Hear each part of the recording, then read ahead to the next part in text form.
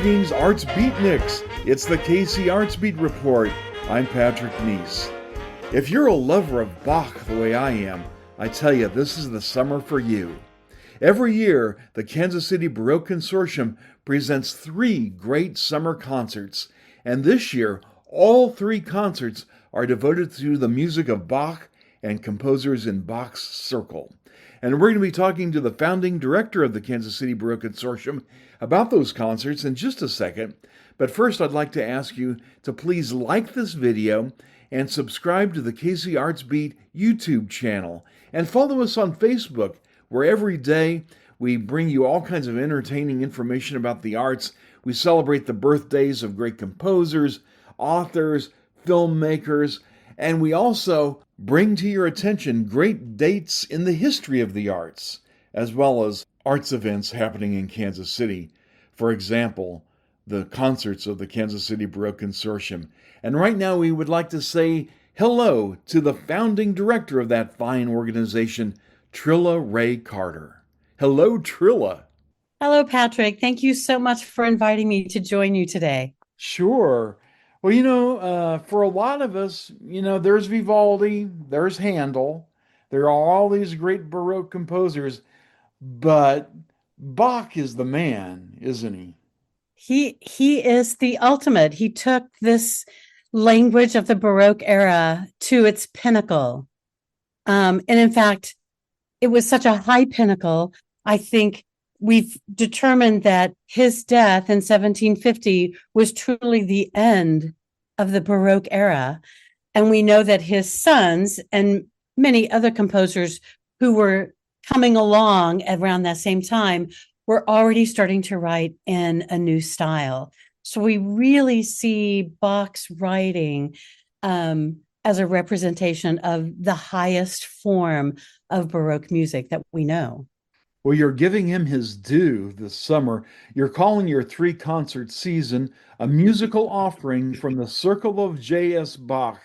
And those concerts, I'll tell you right now, are June 27th and 29th, and June 27th and 29th, and also, let me see here, July 18th and July 20th. Is that right? That's correct. Okay. And then we have a third series in August on the 15th and the 17th. So each concert this year, for the first time, is being repeated at a location. Typically, our concerts are at a church just south of the plaza in that area. We can talk about those details later. But we're adding a second concert in the Northland at Gloria Dei Lutheran Church, which is Northwest 72nd Street and I-29 area. I noticed that, and we will go over those locations again. But I do want to get this out right now. For more information, go to kcbaroque.org. So all the information is there. Let's start with that first concert on June 27th and 29th. That a great way to start off the series. Bach and Company, music of J.S. Bach, Buxtehude, Haas, and Telemann. So it's not going to just all be Bach. Is that correct? Yeah. No, we're really exploring the circle of Bach because I think it enhances our understanding and our appreciation of the true greatness that he brought to music writing of the day. By exploring his circle of musicians and the other composers of the day, we start to hear sort of the context with which this all took place. Now, I think what's fascinating is Bach really just wrote for the church. He wrote a little bit for the Café Zimmermann, and we'll talk about that for concert 3. But he wrote for himself and his immediate position, so to speak. But he's not as much a reflection of the era as some of the other composers. So I think it's a fascinating juxtaposition to hear his works and his writings compared to what else was happening in the time, or in this case with Buxtehude. This was an important organist and composer that he went to visit in a very famous story. 250 kilometers or miles or something to visit Buxtehude and learn from him. On So foot, it right? Didn't he go visit him on foot? yes, I, he did. Took a month off from his position, and I think he stayed much longer than a month, uh-huh. much to his employer's dismay. He was the ultimate Buxtehude fanboy. He really was. Oh, and now what Um, was it about Buxtehude that you think appealed to Bach so much? I think he was certainly a prolific composer of the day. I think he was also a great organist. And I think Bach was fairly young yet.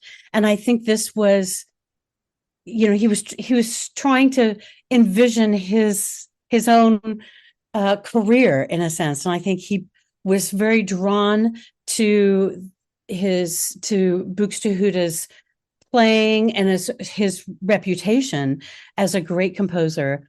And I think he was just curious, and how wonderful, because I think it in many ways for us today, it illuminates Buxtehude and his writing for us. I think he would have been one of the most obscure composers of the era otherwise. What are you going to be playing by Buxtehude?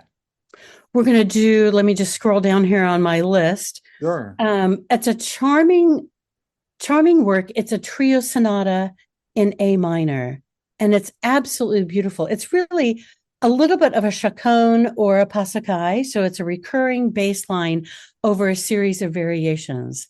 And it's really a beautiful work. We just premiered it on our library concert this past month, and it met every need that I imagined it to be. It was just a charming work and balanced beautifully with the other works that we were presenting that day. Well, that's neat. It seems like Buxtehude is getting more attention lately, and more people are doing him. There's a Membra Jesu Nostri, I think, that's been getting a lot of recordings, and it's been performed in Kansas City too. It's Maybe a you did it. I don't know. it's a beautiful work, and it covers the seven stations of the cross. And I first performed it many years ago with Ryan Board.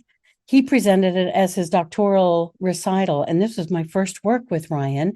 And as you may recall, we did quite a lot of Baroque work together until he left Kansas City for California, for the warm shores of California.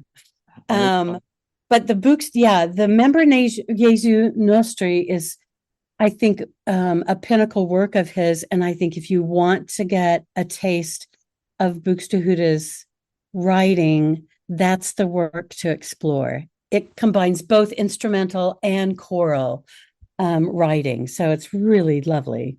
Now, a composer on that first program that I'm not familiar with is Haas. Who is Haas? Well, Haas, it's interesting because as I was doing some research, it's sort of like who else was in this circle and who else that we might not be as familiar with could I bring to the concert, because that's part of my great desire is to sort of broaden our appreciation of the Baroque, because we only know the high Baroque typically. We don't hear much from Corelli before. So if you look at the history of KC Baroque, especially in the last well, even since the pandemic, but also before the pandemic, we're looking at some of the less well-known composers earlier in the era, because again, this is my great desire to broaden our appreciation of how we got from the Renaissance to the high Baroque. Right? There were several great composers that were exploring and working through this musical language to bring it to the level of understanding that allowed us to have the Haydn, the Handels, and the Bach and the Vivaldis. All of that came from these early composers. So Haas, even though he's actually a late composer, in the Baroque era, he's very much moving forward into the classical period. some of the writings that I've come across show that he was friends. He and his wife were good friends with J.S. Bach. Um, he was primarily an opera composer, and his wife was a very famous opera singer of the day. So this is an example of bringing in some of his colleagues and his friends, so we have a taste of their music and what was being written parallel to Bach. Oh, I see. Now, Telemann, the other composer on the that first program, I think many people, most classical music lovers, are familiar with him, and he is kind of a nice complement to Bach because I associate Bach almost exclusively with sacred music, besides his chamber music. But Telemann, like you just said about Haas, he did a lot of opera, didn't he? He did. He wrote a lot of vocal works, a lot of opera, but he was extraordinarily prolific, Yeah. and he did an enormous amount of instrumental music. There are so many lovely concertos and trio sonatas and even quartets that are absolutely delightful. And they were colleagues. And as we know, and this plays out in our third concert of the summer, Telemann worked in Leipzig for some time, and also started the Musica Collegium that played at the Zimmermann Coffee House. Mhm. And after Telemann left Leipzig, there were a few interim directors, and then Bach took over that position of presenting concerts at the Zimmermann Coffee House. What are you going to be doing by Telemann? For this, on the first concert, we're doing the concerto for Traverso and recorder in E minor. This will feature Trevor Stewart on recorder and Emlyn Johnson on Traverso. As you point out, Telemann was a tremendously prolific composer. I think I read somewhere that he was the most prolific composer in history. But his music never sounds tossed off to me. It always sounds full of character and joie de vivre. And it's delightful music. It So that, truly is. It truly is. so that'll be a great first concert, June 27th and 29th, at St. John's United Methodist Church on the 27th. And where will and then the other one will be at Gloria Dei, your new venue north of the river. Yes. Yeah, so that'll be a great way to start the Bach summer. And I mean, really, that's a great, you set the stage. Now, the next concert, which is coming up July 17th and 19th, is Bach and His Boys, music from the Bach family dynasty. And my God, he had a lot of kids, didn't he? He sure did. Fortunately, he had two wives who helped build that family. Um, but it was, yeah, I think they were born into that family. I think the gene pool was very strong. His second wife in particular was a fine musician, and taught the children. We know her for being really dedicated to writing out Bach's manuscripts. And she created the wonderful collections for the children, that we know so well, the minuets and things like that are so much built into our DNA as young musicians. Anna Magdalena, right? Yes, Yes, of that's course. We correct. all Yeah. know the Anna Magdalena notebook, of course. Yes.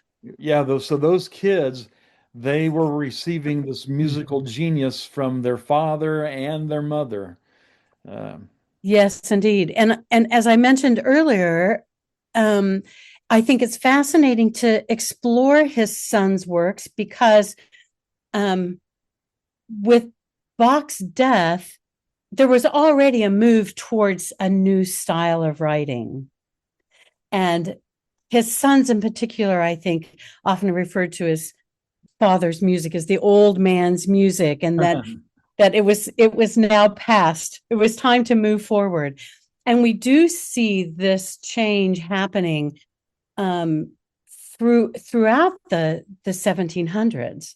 Even in the last 20 to 30 years of Bach's life, we see that many composers are already looking at a different style, a simpler style, something that has a little bit more focus on melodic content with a strong bass line, but not so much of the multiple voices and levels and layers that we hear in Bach's writing.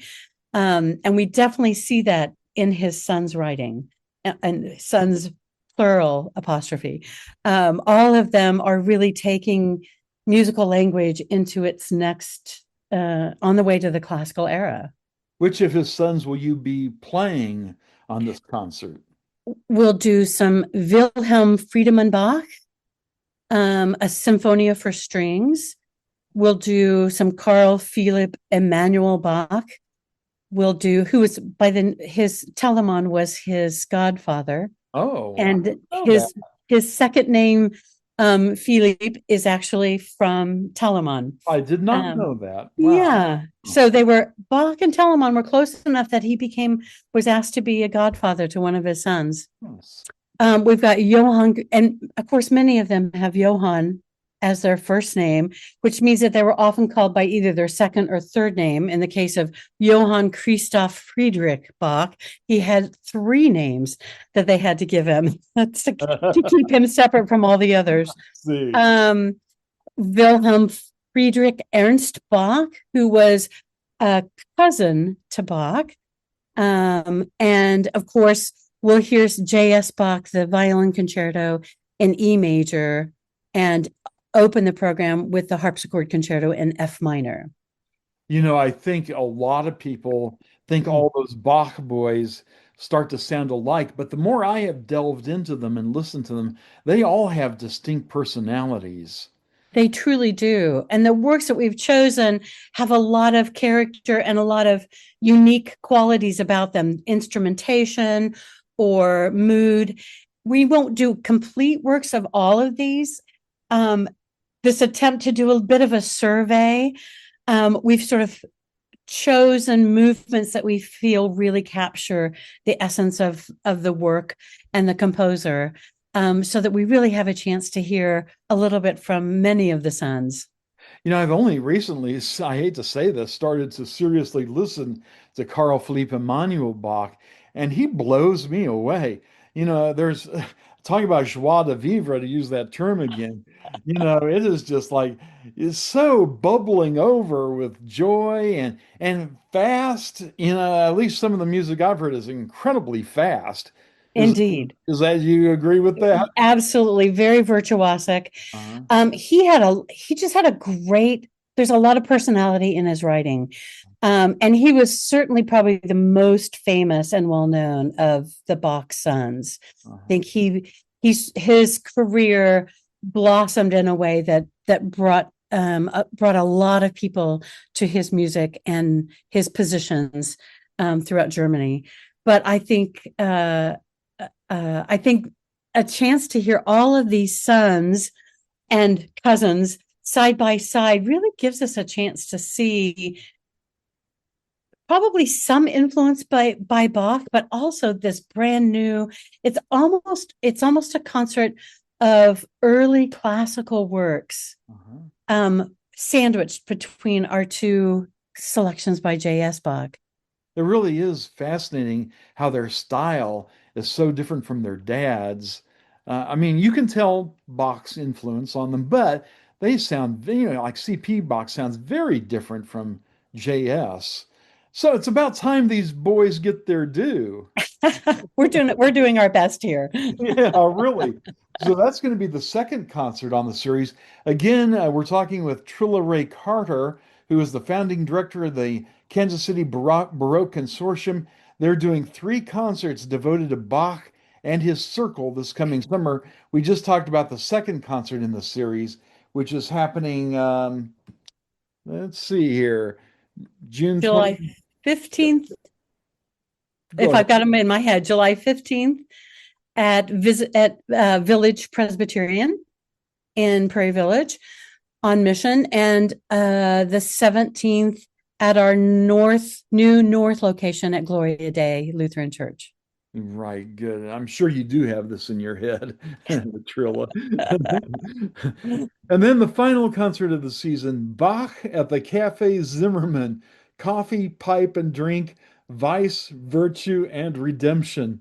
And that's going to feature our great friend, countertenor Jay Carter, who I know has performed with you many times over the years. Yes. Yes. Well, tell us about this Cafe Zimmermann. Was this like a Baroque era Starbucks? Pretty much.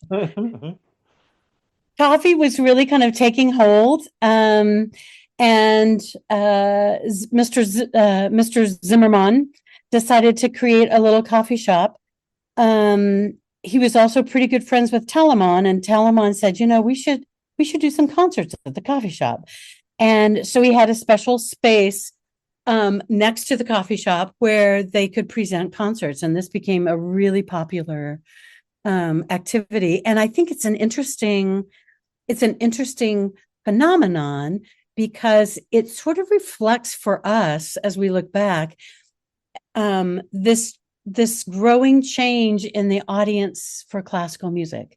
So up to this point, it was primarily churches supporting composers, and then they were writing sacred works, or the aristocracy who were paying the musicians to perform for them and for their own audiences.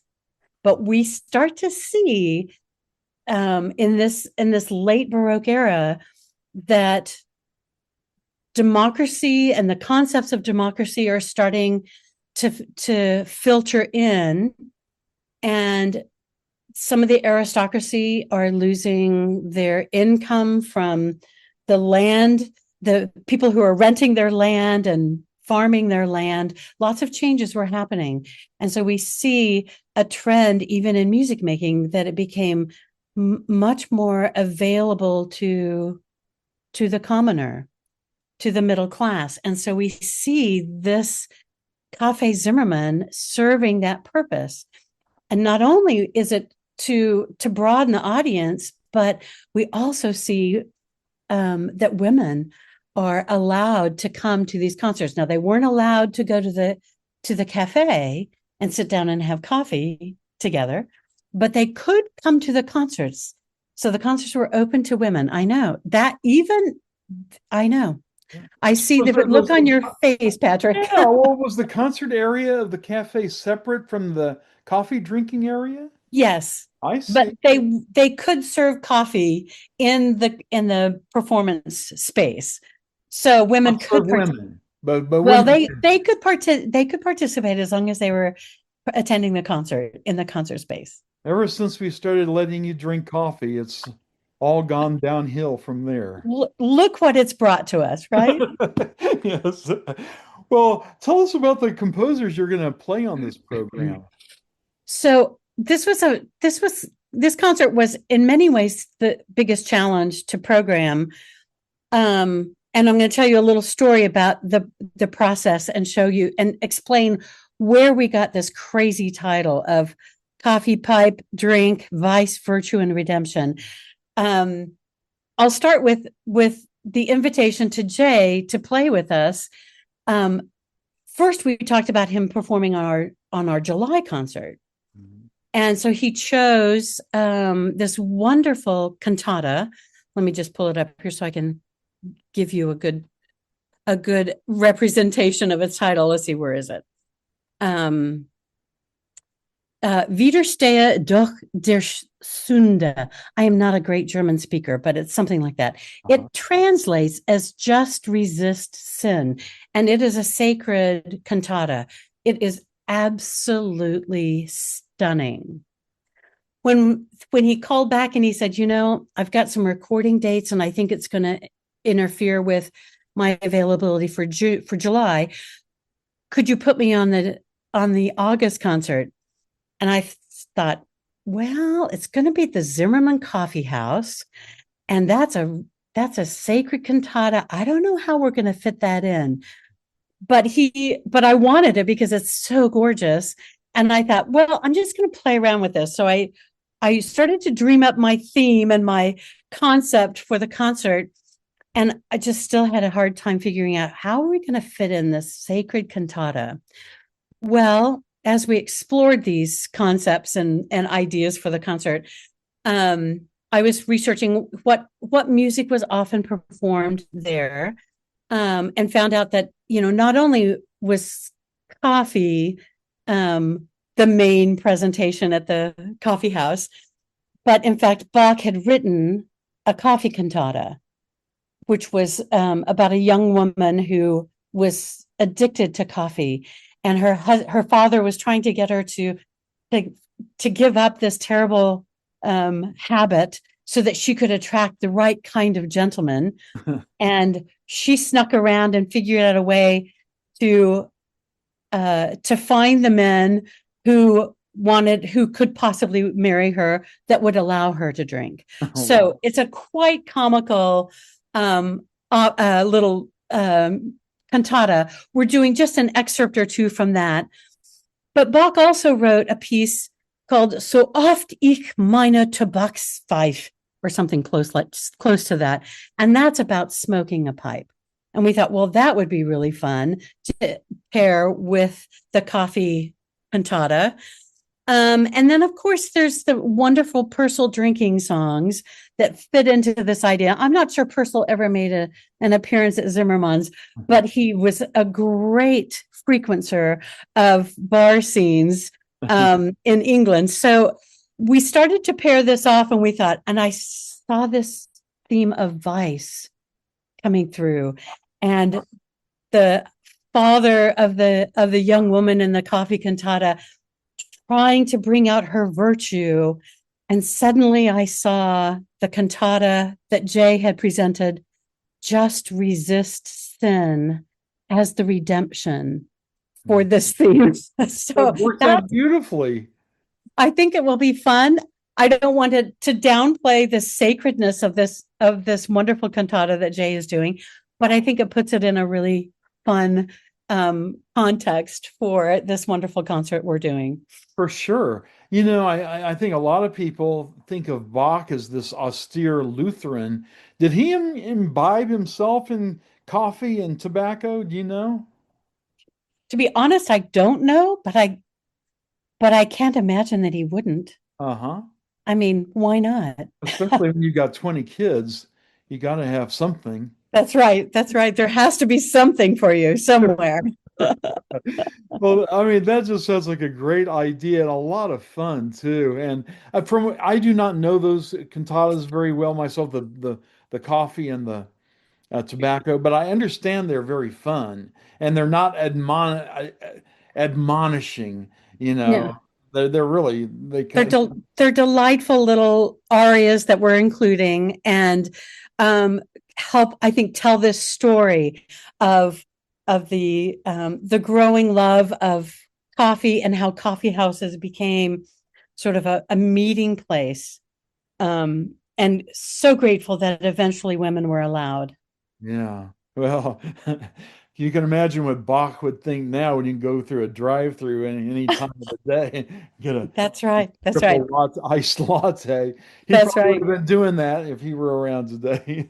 Indeed. Indeed. Well, tell us the dates on that last concert and where those will be held. So the final concert will be held at Visitation Catholic Church on I think the dates I gave in July Yeah, might have been August 15th incorrect. and August 17th. August 15th and 17th. So Visitation Catholic Church on the 15th and Gloria Dei Lutheran Church on the 17th.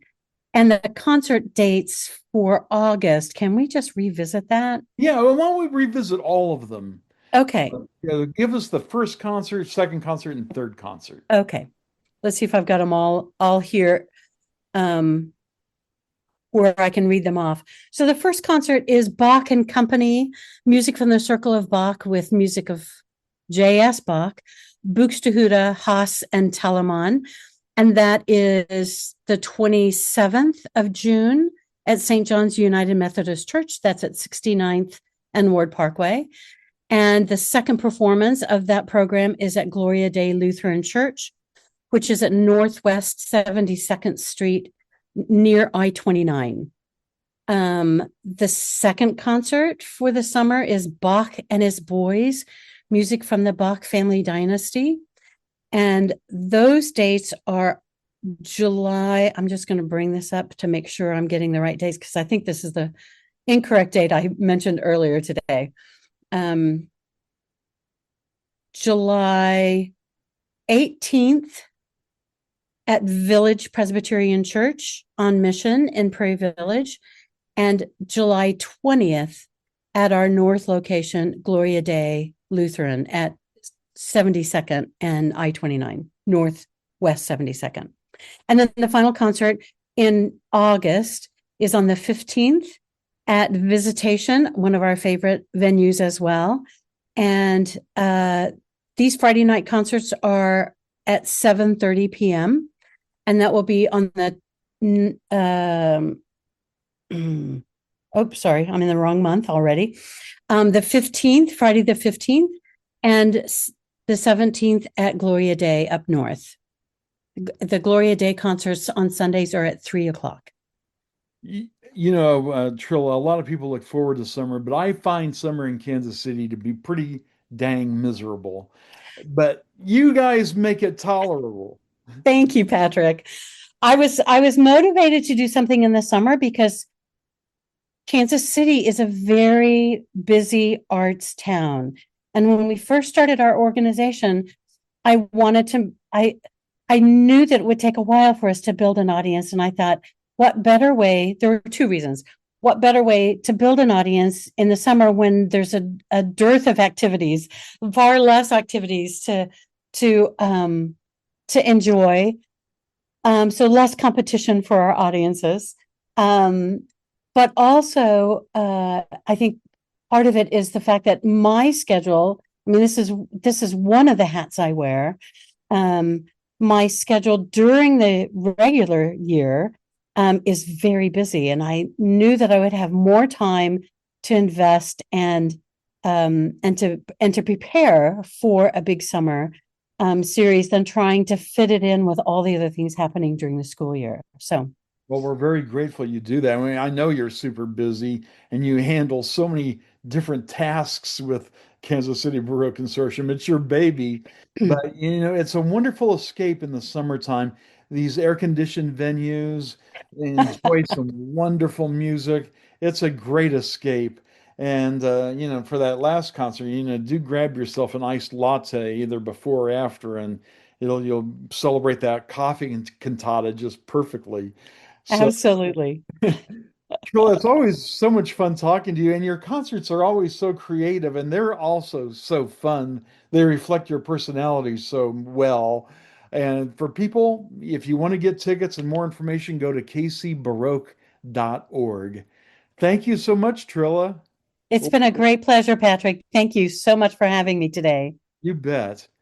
And you're listening to the KC Arts Beat Report. Again, please like this video, subscribe to our YouTube channel, follow us on Facebook. And until next time, I'm Patrick Neas.